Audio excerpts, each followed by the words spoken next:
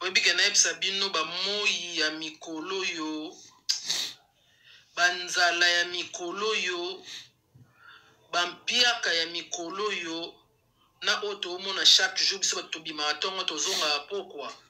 Je peux vous dire, je peux vous garantir que Kinshasa est traversé la période la plus difficile de l'histoire de l'humanité.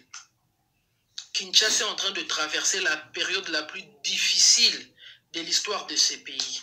On dit maté tozalaka bakonzi awa. Omoni Kinshasa so ezaki moto. Alinga senga ke ata vacances mo quelque part a changé mboka. Quoi que l'opé misa moto. Je vous jure, na mboka courant ezate. Je vous parle comme ça, je suis dans le noir. Lumière au bon moment, il y a torche, il y a deuxième portable. Courant ezate, maï ezate, banzela ezate, carburant ezate, carburant et mati, mais ezapete, transport ezate, transport est comme passi, batwazo fixé ba prix ndenge balingi. Je te jure, sur bimina tongo na Kinshasa et puis ozongi na pokwa. Moutouatounio, comment tu vas? Réponse de Romozongi, c'est j'ai survécu. Parce que au yébité, aux un espoir, mon côté, tu n'as aucune garantie que ce Robimi na Tongo na Kinshasa, aux zonga na pourquoi. Là encore, c'est généralisé partout en RDC aujourd'hui. Insécurité comme est tellement généralisée que tous sont différents na bateau, bon, koufana STT.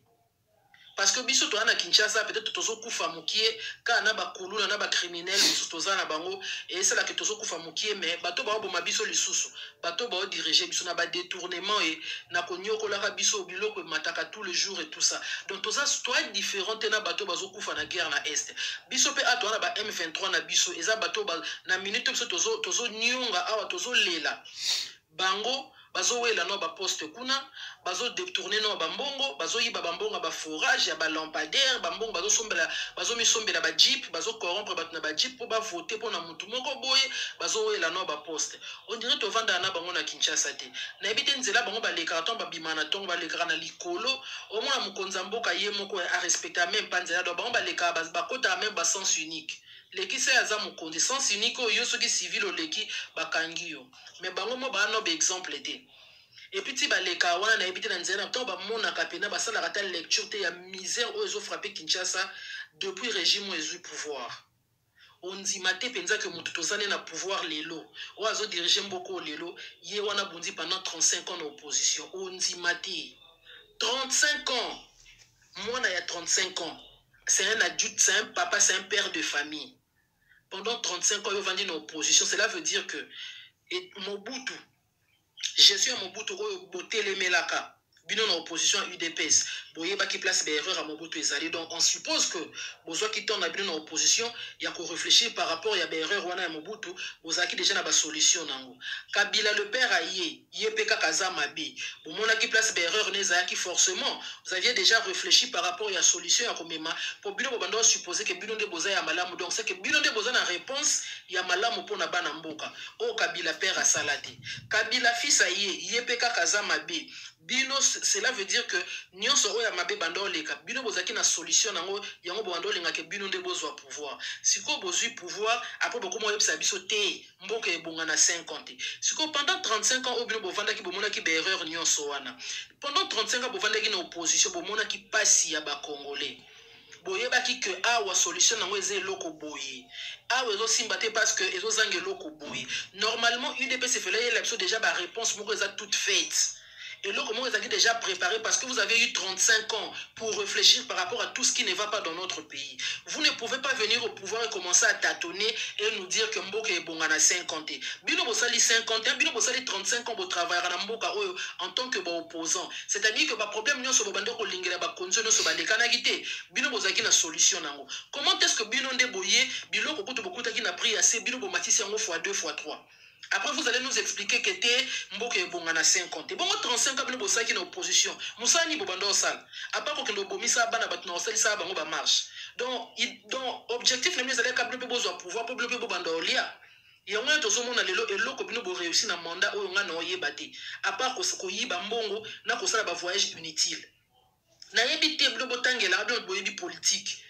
Botangela elo ko nini régime oyo réussir. Régime oyo réussir ne elo ko nini. sécurité, mabé, économie, et l'autre côté, infrastructure, mabé, justice, il y a beaucoup de présidents lobby justice, ils sont malades. Bon, nyonso eza mabé. Finalement, bino suko elo onini pour réussir. À part détournement, koyiba, naninga mon détournement, te pour eza français mora kitoko ke bokansango lo kitoko. Koyiba mbongo à l'état. À part koyiba mbongo à l'état na kosala ba voyage inutile. Na ya kokosala biso na ba promesse à lokuta, ba intimidation ya Kagame ya lokuta. Boyebi sanga régime oyo bino bo réussir ne boyena tine lo onini ya sika. Bovandi pendant 35 ans, Mobutu aleki, Mobutu azamabe. Kabila père aye, Kabila père azamabe. Kabila fils aye, Kabila fils azamabe. Donc, bino de bozaki na oya malamu. Parce que boye bisanga eloko nini ya malamu bino boye nango. Nzala na mboka, courant ezate. Pays loko RDC ezana inga na zongo. Ba station ya minene oyo epesaka courant ti na mokili mobimba. Mais biso moko bakolo ba station to wana courant te. To trouvango normal. Na lo baboyena torche ya téléphone. Pour molili likona ngo mulunge bakisa likona ngo nzala otamboli non na transport ya pasi transport emati pozwa transport bitumba ozongi na ndako kuti courante ngungelo bie pai mulunge epai nzela na no leka o respirer basola ba fulu po salite moko na mboko yo okozwa idete fulu partout solo ba poubelle oye na ndako po pemisa motu boye mulunge parce que courant ezate bangungi pe balobi ngai yo ozape na mbongo te donc nyonso mabe parce que ba salaire tozo futa mate ba salaire eza ya malonga te neti siko toza na fin du mois donc soko zwi salaire no ofutika mbongo ndako ya batu ofuti mai na courant otika lika na transport no peut-être ya osala la 2 semaines ya okendele musala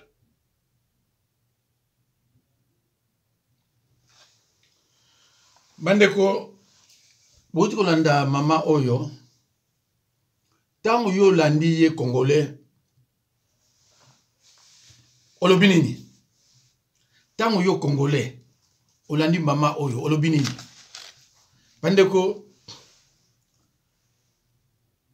eza pasi mi makambo ya courant oyo ngana kenda kini na 99 nakuta makambo ya courant oyo yo wa 99 90 nakina na 90 nakuta makambo ya courant oyo nakuta makambo ya mai oyo naloba na bino ke les politiciens congolais ne réfléchissent pas donc ndenge mboka evandi boye sans gouvernement mais efanda nango sans gouvernement parce que bako nommé ministre pour que nous sana yo rien donc bango nyonso ntango bakende na réunion wana bazomona ke courant eza te mai eza te mboka eza salité mais bazomona bango rien ba frigo ba congélateur zo kufa ba télévision zo kufa transport mubulu lelo yo essence eza te bato baza kotoka bato komi kanda il y a des impayés mais ba voyage awa ba voyage ils ne produisent rien aucun investisseur jusqu'à présent investisseur moko aya na mboka na biso azate hein tala ya ye zelana bandeko boyoka ngai ya boyoka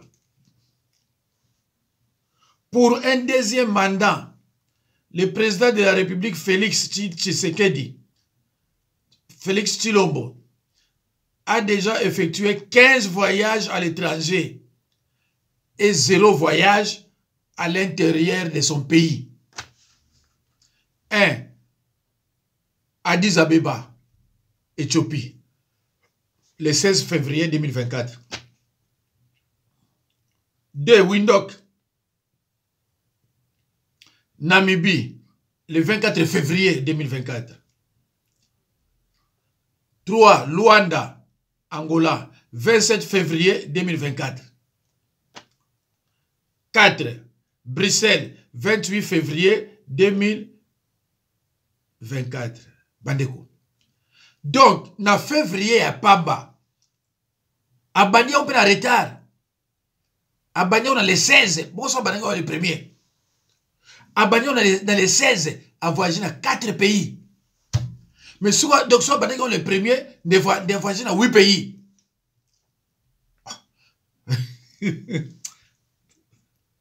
Alors, Yoka, le 27 février, à Luanda, le 28 février, à Bruxelles, le 1er mars, na Antalya, Turquie. Le 1er mars, la Turquie, kuna pozo anini ndeko nangai. Le 6, na Qatar. Non, 6e point.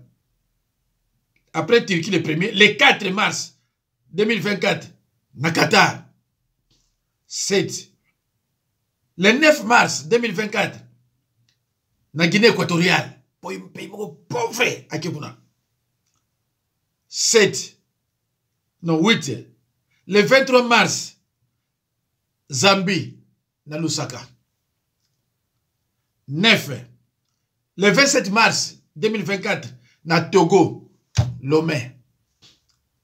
10. Mauritanie, le 27 mars 2024. 11. Destination inconnue, le 7 avril 2024. 12. Tanzanie, Dar es Salaam, le 26 avril 2024.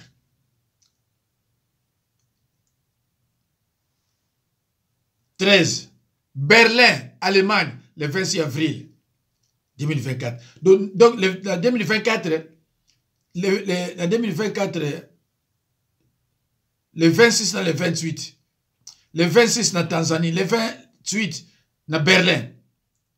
Na Paris, le 29, le 30 avril, le 1er mai 2024. Bruxelles, Belgique, le 2 mai 2024. 0 voyage en province de la RDC. Oh. Association des compteurs de voyage présidentiels, ACVP. ACVP, balobi, Association des compteurs de voyage présidentiels. Donc, bango soko matika là-bas, banamo basu basili wakomi. O matika ok, bango baza wana. Baza na antenne musu na kati ya aéroport. Donc, mutu aéroport so mateka nyenye a signaler kuna akei akipa ibwe. Ceux qui a commis la kénité, a commis la kénité, à l'équipe à Moussoussou, qu'on a pu avec Ngenge à sa côté. Mais dis-donc, ma voyage est belé oyo. Ma voyage est belé oyo. Au fait, n'a pas na yote. Hein? N'a pas na yo. Au fin d'été. Ah, nzambe nanga ye. Passé, hein? Vraiment, ça passe, hein? Pourquoi on n'y a pas de pourquoi on fait un peu de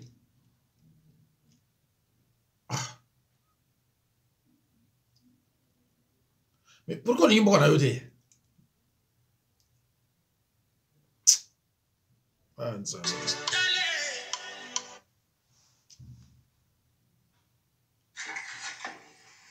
ah, Nzambe.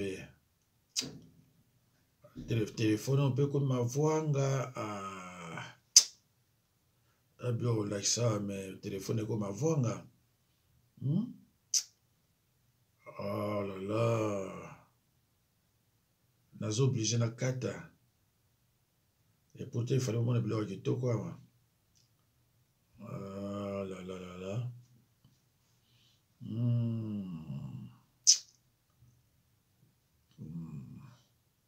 Et quand on retourne, l'homme n'a pas mango.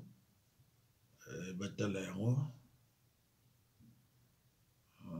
On a autre chose comme ça. Téléphone est bon là non.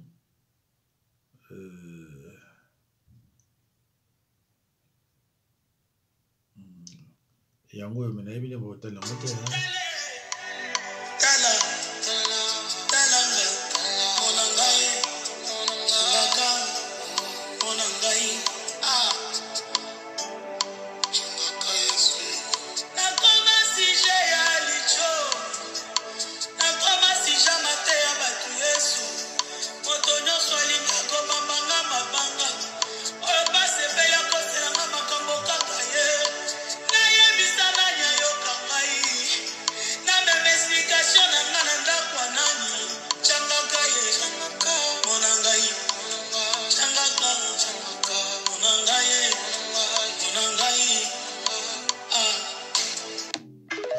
C'est choquant.